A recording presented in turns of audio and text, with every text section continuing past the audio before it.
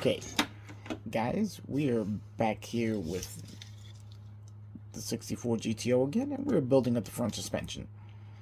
Now, the front suspension consists of 3 parts, really very simple to put together, and we're doing a little bit of detail painting, getting it all looking really just visually interesting. One thing I wanted to show you guys about the upper control arms.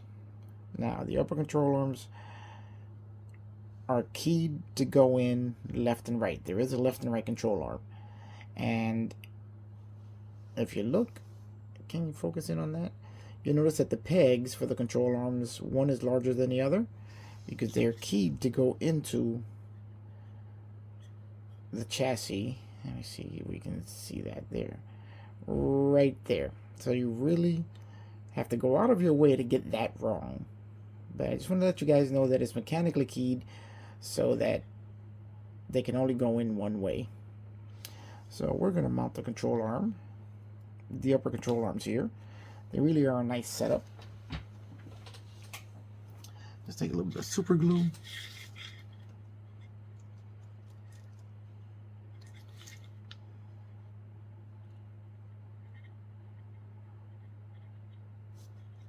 Using a toothpick, which makes a great glue applicator.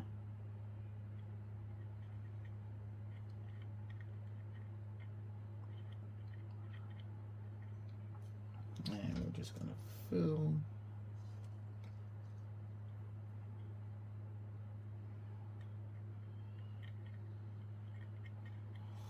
right there with our super glue.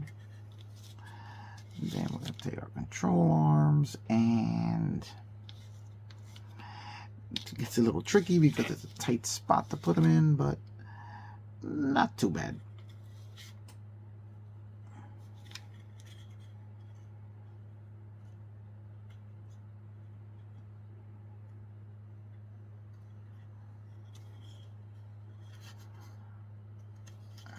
Okay, make sure, there we go.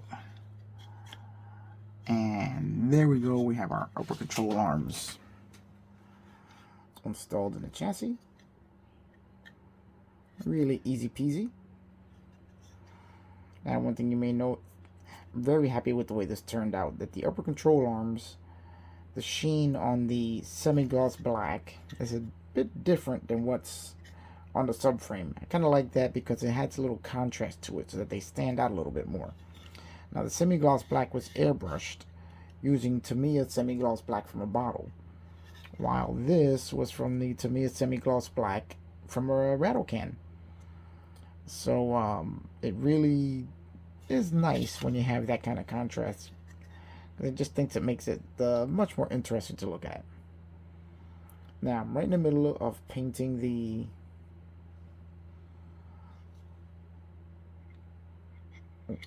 front lower control arms and cross member, adding some detail to it. I've done a little bit of steel on all the steering linkages. We have some titanium silver on the brackets that hold down the sway bar. We have red for the bottom of the shocks. Now we just have to paint in the bolts to finish that off, and I think it looks much better than if everything had just been straight up black. If you know anything about me based on this build, is that I really like to make things visually interesting. I want to be able to look underneath the car and just see all sorts of different stuff that draws your eye to it. Makes it a little more interesting to look at. Now in the rear, we've installed our risers, as this car is going to have a raked up rear suspension. And the cool thing is that it brought these rear suspension risers, I guess that's what I'm going to call them. They call them spring supports. And what that does is that it raises the entire rear suspension up a couple of millimeters so that it's going to be a little more of a raked look, because this is going to be a custom modded GTO, not stock. So I think it's pretty cool the way they designed these supports here just to raise up the rear suspension. So those have already been installed. Very easy, just go down to two two contact points here and here, and they just glue down right there. So not much really to say about that, but they do look kind of cool in there. All right, so now we're gonna take, this looks kind of like a Romulan warbird type of ship. If you're a Star Trek fan, you know what I'm talking about. All right, so we're gonna go ahead and do a little more detail painting on the front cross member here, adding some bolt detail using our Tamiya X31 titanium gold, and then we're gonna go ahead and install it, and then we'll be back. All right, we got the front suspension is done. As you can see, the front suspension is comprised of just 3 parts, which are our 2 upper control arms and our, oops, let's see if we can zoom in on that without blurring it out, and our subframe, lower control arms, steering linkage, and roll bar. We have all of the detailed painting done on these parts to give it a multi-piece, to really make the pieces stand out. Again, to make everything visually interesting. You can see the bottom of the shock absorbers are in red, because rear shock absorbers are also going to be red once I get them painted up, because that way we just gives us something much more interesting. And another color back here to really make the underside of this car just pop a little bit more. Now I am contemplating on doing a little bit of dry brushing on the chassis to weather it up a little more, but I just kind of like the way it looks. So maybe that part will just skip. So now we're going to go ahead and do some more painting, get some more of the rear components together, and finally get this whole chassis finished.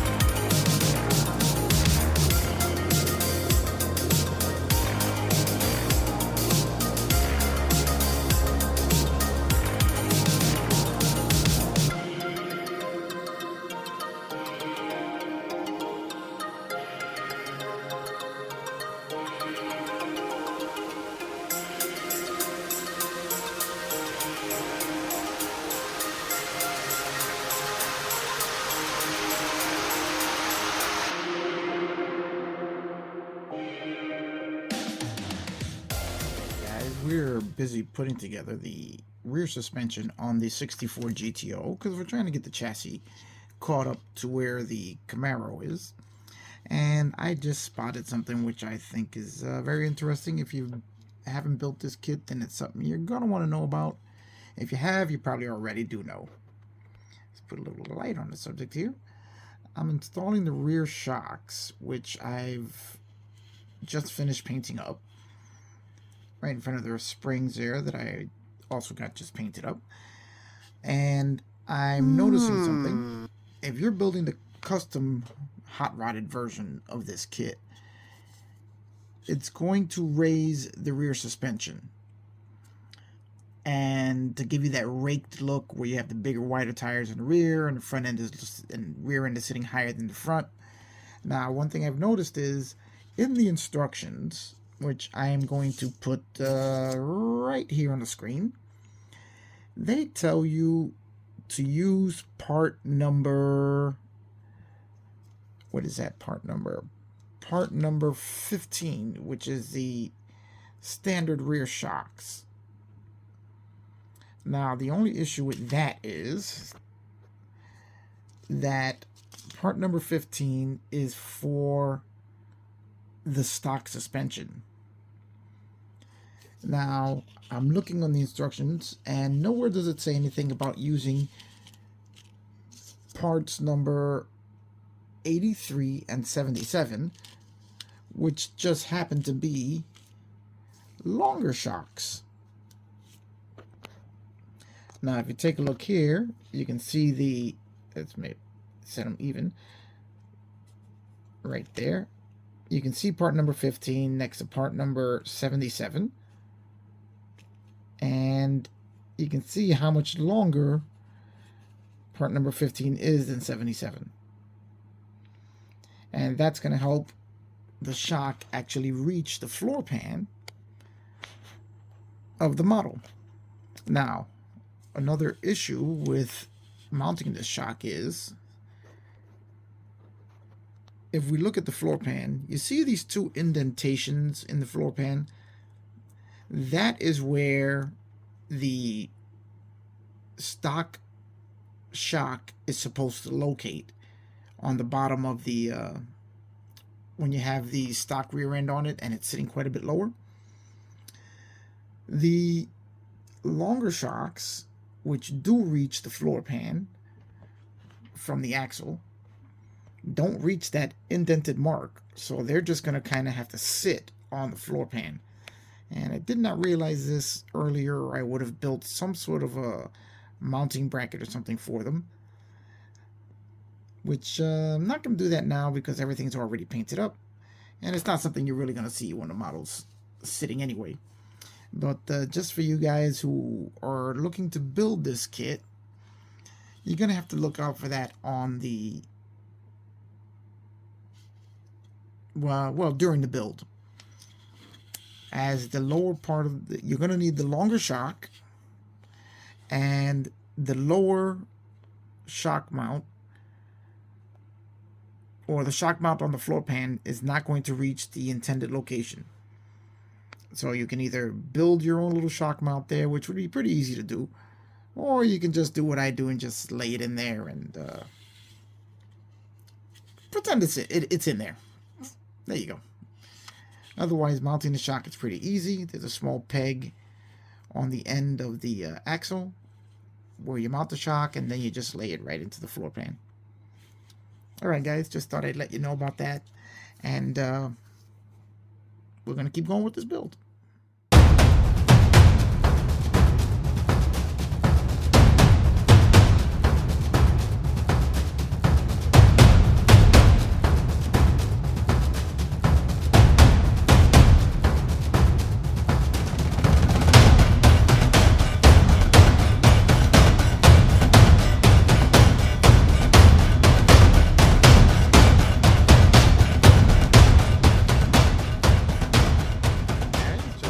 Quick peek at what's going on with the interior, as we have to paint it piece by piece,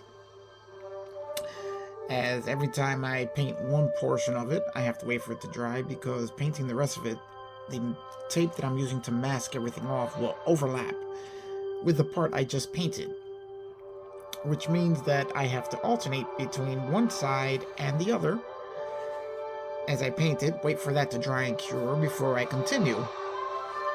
So tonight I finished off the door panel purple, the purple on the seats on this side, half of the seat over here. Now I have to finish off that one as soon as this side dries so that I can lay some masking tape down. And then I have to do the 2/4 there. And then it's on for adding some chrome and adding some carpet. But the interior is shaping up pretty nicely. I'll give you guys a quick peek at what we're doing, at what the intent is with this interior. See it right there. Then I'm alternating purple and pink throughout the entire interior. And it's kind of working. I'm going to be really curious to see what the final result is. And here we have the dashboard, which is going to be purple up top and pink on the bottom. You guys can see that there.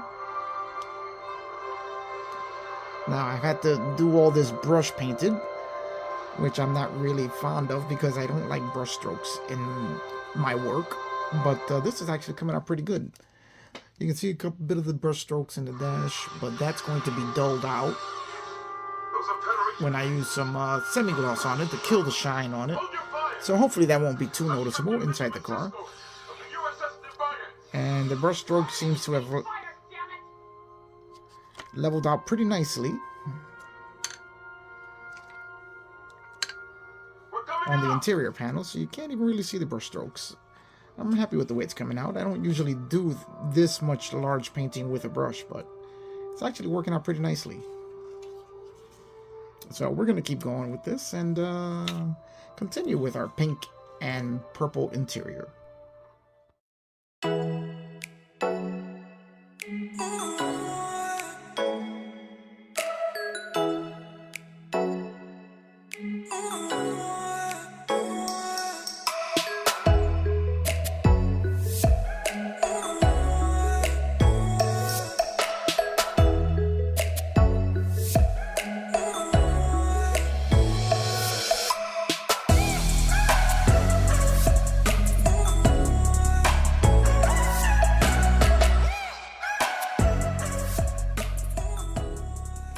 Okay guys, now let's talk about painting after you do your masking.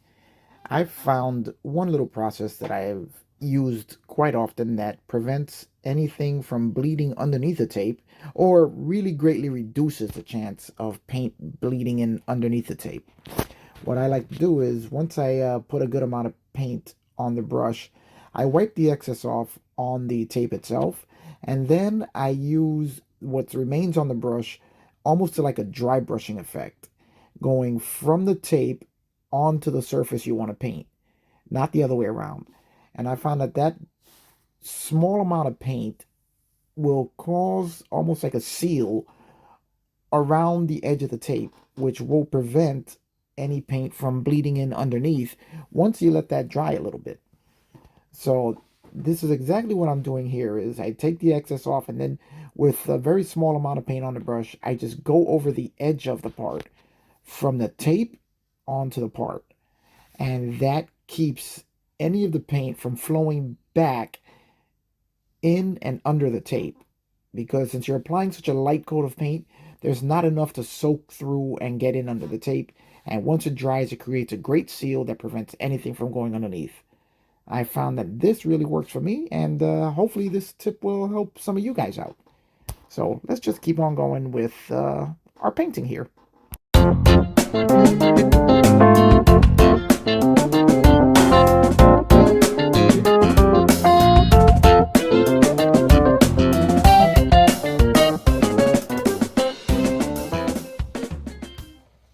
Alright guys, we're masking more of this interior because this build is going to require a lot of that.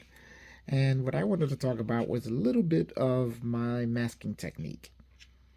You can see here that I've masked off the larger areas exactly the way we all would. But there's one technique that I've found that works really well is I will take, and this may seem pretty obvious, I mean, I don't know, I'm just telling you what I do.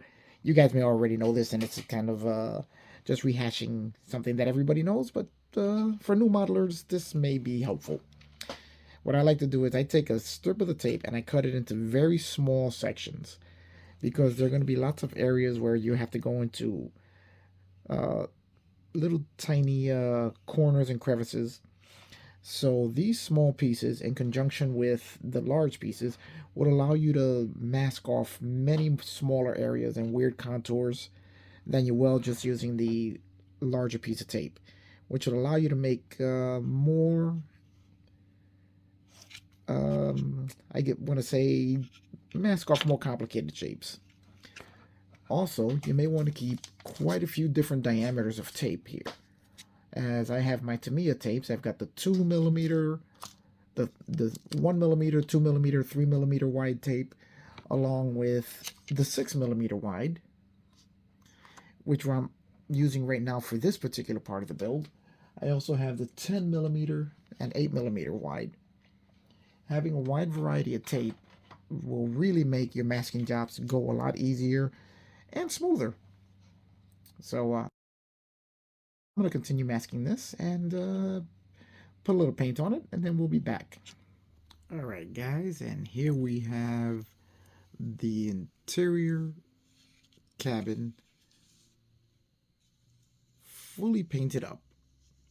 Still quite a bit to do. I started doing the door handles before I realized, hey, wait a minute, I still have to dull coat this entire thing because it's just way too shiny. As this, to me, a paint, let me tell you, they're great colors.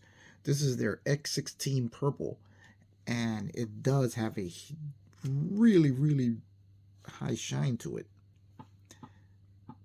Airbrushing this thing must look amazing. So we may be making a purple car at some point. And the pink also, a really high gloss to it. But it's a little too glossy, so we're going to be dulling that down. Similar to the way I dulled down the front seats, using the Tamiya Semi-Gloss Clear. So, still got quite a bit of work to do, lots of trimming to do. The dashboard, the purple and pink trim on the dash are painted, but we still have quite a ways to go with doing all of the instruments and all those chrome and steel trim that's on the dashboard. So there you go, guys. There's a quick look at the interior. I'm going to end this video here because it's gone on for quite a while. And we'll continue this in the next video, as we got a lot more to do in this interior. Alright guys, remember to like, subscribe, hit that notification bell so you guys can keep following this build, as this is really turning out interesting. Not colors that I would have picked, but interesting nonetheless. So, like, subscribe, give a thumbs up, you know, blah blah blah, all the YouTube stuff. But I'm really kind of digging it. Once I take a lot of the shine out of it, I'm really going to like it a lot more. Alright guys, I'll see ya on the next one.